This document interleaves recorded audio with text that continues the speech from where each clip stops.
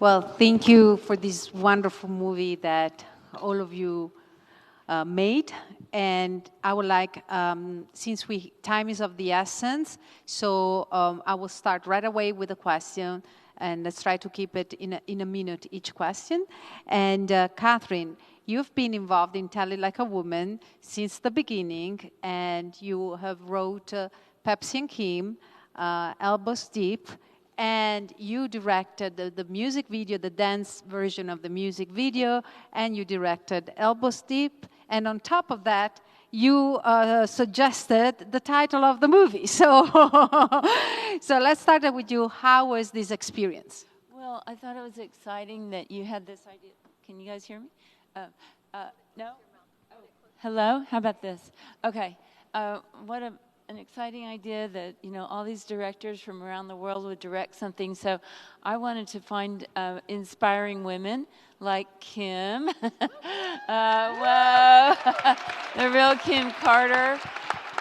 I read about her. I went down to her offices and met her, and she told me that incredible story about, you know, this moment where she could have gone one way, killed somebody, or she could have gone to, you know, rehab and made herself into the amazing person she is now. And I thought, I want to tell that story, and then, which was pretty cool.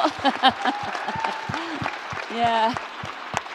And then another incredible one, where's Dr. P, Susan Partovi, who is our renegade. Oh, yeah, right there. Yay, the renegade MD of Skid Row.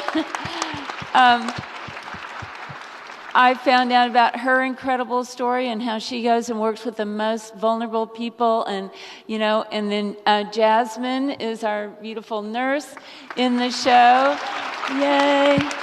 And so I just was very excited to tell these two stories about these amazing women that people should know about, and the people they care for, too.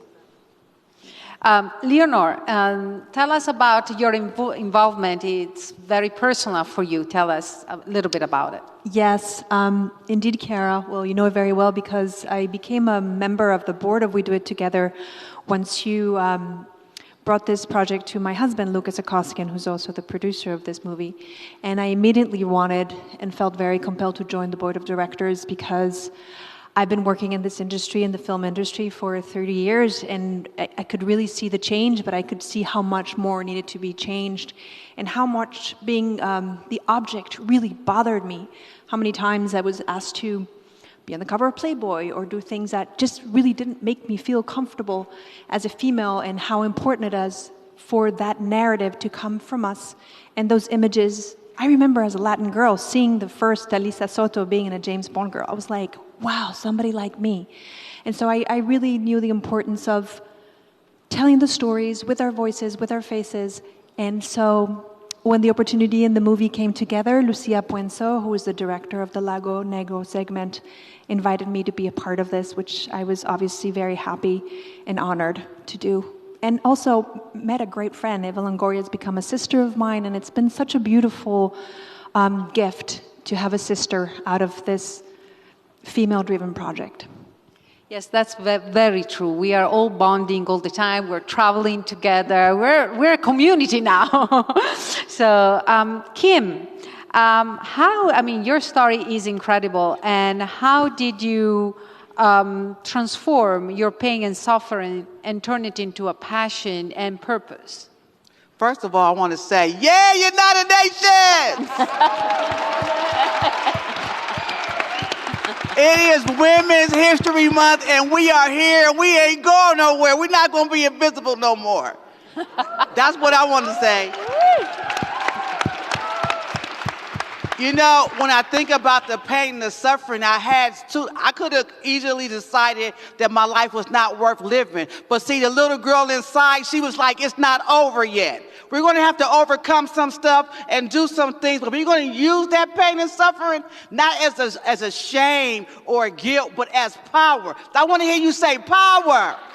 Power! Power! Power! Power! We're going to use that pain for passion and purpose, and we're going to walk into our power because we are women and we have birthed this nation.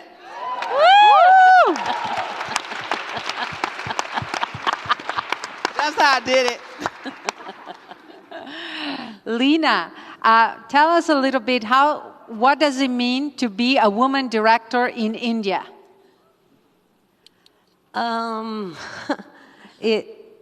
Honestly, I mean, over the years, the representation of women in filmmaking has increased, but like we heard in the statistics, it's very, very slow. It comes with some challenges, and I believe those are challenges that are worldwide, not just specific to India. But yeah, we just got to do it. Like she said, we just need to do it, and that's the way I function. When I need to do it, I just need to do it. And always I do find a way. So. Thank you. And Jasmine, what was your experience in Tell It Like a Woman? My experience on Tell It Like a Woman was like no other. So I've been on several sets before, but it's always been male dominant. And being on a full woman production cast, just everything was mind-blowing, and it was such a great experience. I enjoyed every minute of it. Everyone was super nice. Everyone was so supportive. And I hope and pray that, that this continues and that I can be on more women-dominant casts, because it was just great to be a woman and go to the director and she's a woman, and go, the producer and my castmates. It was an amazing experience, and I hope I can continue to experience that more in the future.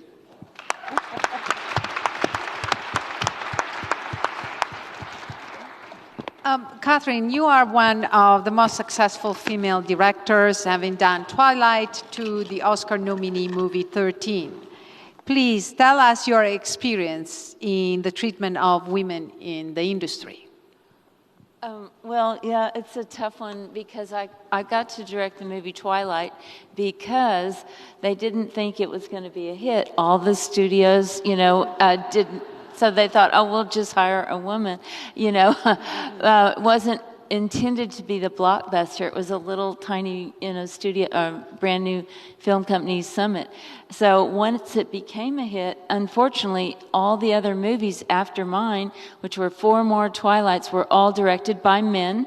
And then they did 5 more movies like Hunger Games that were based on a young woman, written books by women, but all directed by men. So they didn't really learn the lesson, women could direct this movie. And I think that was disappointing for me. I was disappointed after that. Even though I had a movie that made $400 million, it was hard to get another job. Oh, that was just a fluke, that was a special circumstance. I was turned down from even interviewing for other jobs, because we think a guy should direct this because this has action in it, or it has visual effects. So people really, it's a challenge. Yeah, it is. You did it. And Leonor, as a mother, why is having the motherhood narrative important in media, or in general, the narrative of women as a subject, not as an object? I have a little girl, she's 8 years old. And for her to experience this world in a way that is kinder to women than it was to me is very important. Not only as a female, but as a human being too. The type of planet we're leaving behind, and most importantly, the culture that she's being fed, and how I try to shield her from media or things, because I think it's so toxic, or social media. And so for me to be a part of something like this is very important. I want her to see her mom doing things that are going to make this world hopefully better, not only for us, but for the entire human race.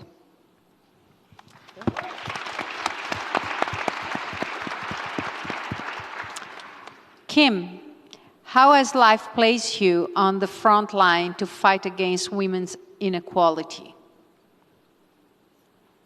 Well, I didn't know inside of me was going to be this fire that would just be raging and burning. And it was an evolution of finding my voice and my power. And so I found myself on the front lines fighting for women's rights in our areas, in the areas of housing. I fight for women to get their children back out of the foster care system. I fight for people to be able to get equal pay. I mean, I fight for so many rights. I'm just always fighting. And it's like, well, how did I get here? You know? I found myself in a room, in a male-dominated room, being the only voice of reason. Like, if you would just listen and do what I say do, we might be able to get this thing solved. And I found out that I was a revolutionary, and that somewhere in my DNA, I must be related to a Harriet Tubman or a Fannie Lou Hamer, or a little bit of Marcus Garvey. I would like to think of King sometime, but I don't think we really related. But I just know that in my DNA, there is a person that says we're going to stand up. So I'm going to tell you, stand up, give yourself an applause, because we do deserve it, because we are here. And we get it done. So when I think about we do it together, we did that. We did that. We will continue to raise the voices of women and our stories. See, the only thing about we do it together is you guys have to realize it's not telling a woman's story, it's telling the woman's story. My story was told by Catherine Hardwicke when she written it, but Taraji P. Henson, shout out to her, she directed that movie. And Jennifer Hudson, she just brought it on home. Y'all saw what she did, right? And so when I sat there and watched it being filmed, it was authentic and it was real. And I can appreciate being a part of something that's so much bigger than us. We're one dot in this whole big old world, but we gotta be a good dot. And we gotta be a dot that's seen and heard, okay?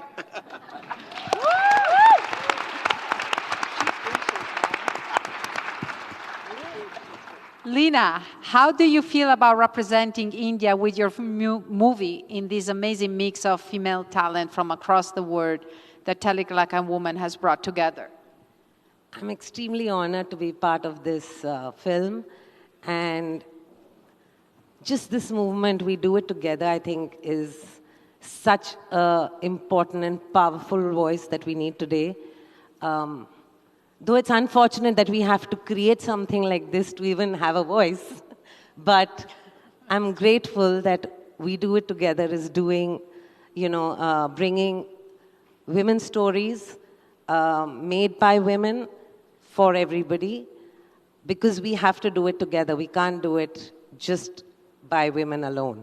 We have to do it together.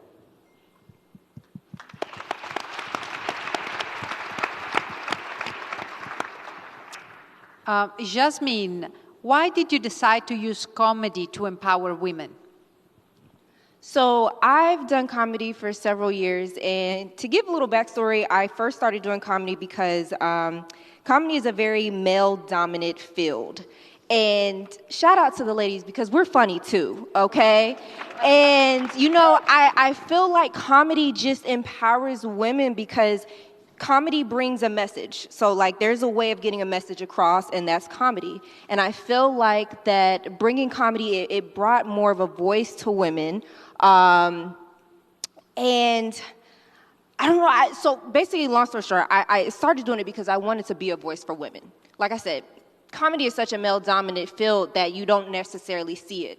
And I've done sketches, I write comedy and everything. And because of me and a lot of other women, I feel like we have empowered other younger women to do the same thing, to write, to act, to everything. And I feel like that is great because comedy brings that message. And I'm just happy to be a woman that can empower other women.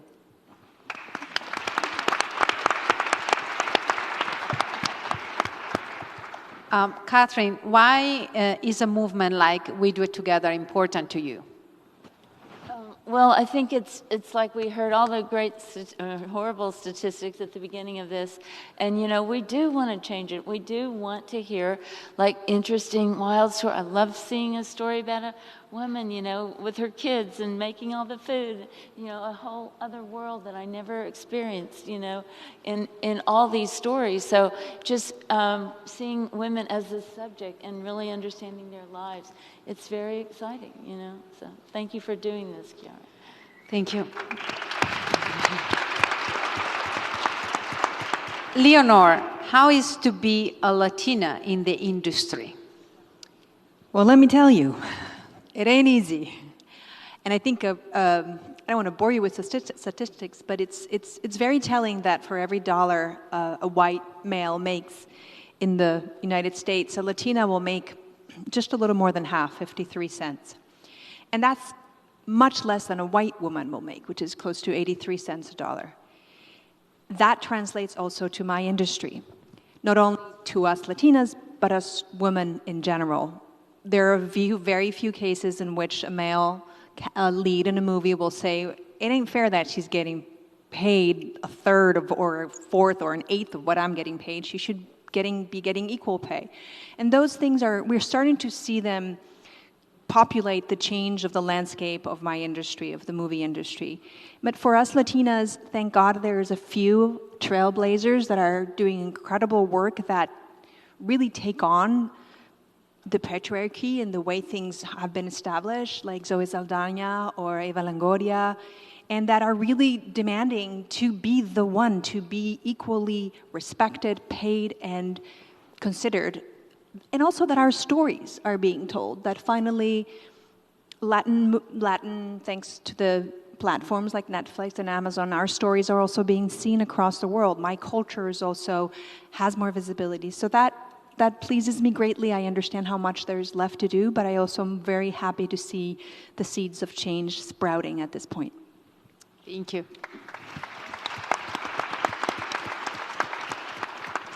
Kim, tell us when you received the phone call that Jennifer Hudson was doing your movie, and how do you feel about that your story has been represented in the movie? So first of all, my name is Kim Carter. You guys can tell I have a really dynamic personality. And so when I was approached by Catherine Hardwicke about the movie, I had just became a top 10 CNN hero. So out of 50,000 nominations in 8 different countries, I made it to the top 10. So I had a lot of folks calling me. Someone's kind of cuckoo, you know? And so when she approached me, I was like, okay, seems real. I've researched her. She's real. Okay, this might happen. So I was minding my business in my house one day, and I get a phone call that says, hey, I'm the assistant to Taraji P. Henson. I'm like, Cookie from Empire, that Taraji P. Henson? And they said, yes, well, she's going to, do you have a moment to get on Zoom? I'm like, yeah, I can get on Zoom. Because the COVID, we all learned how to do Zoom on the COVID, right? So I get on Zoom, too. So I'm sitting there, she gets on. She has, like, a little face mask on. Like, she just got on there. Hey, girl. I was like, Cookie, is that you? And she was like, yes, I want you to know that I've been talking to Catherine. I think your story is really great. And I'm dying. I would love to direct it. And she was like, well, who do you want to play you? And I was like, Cookie?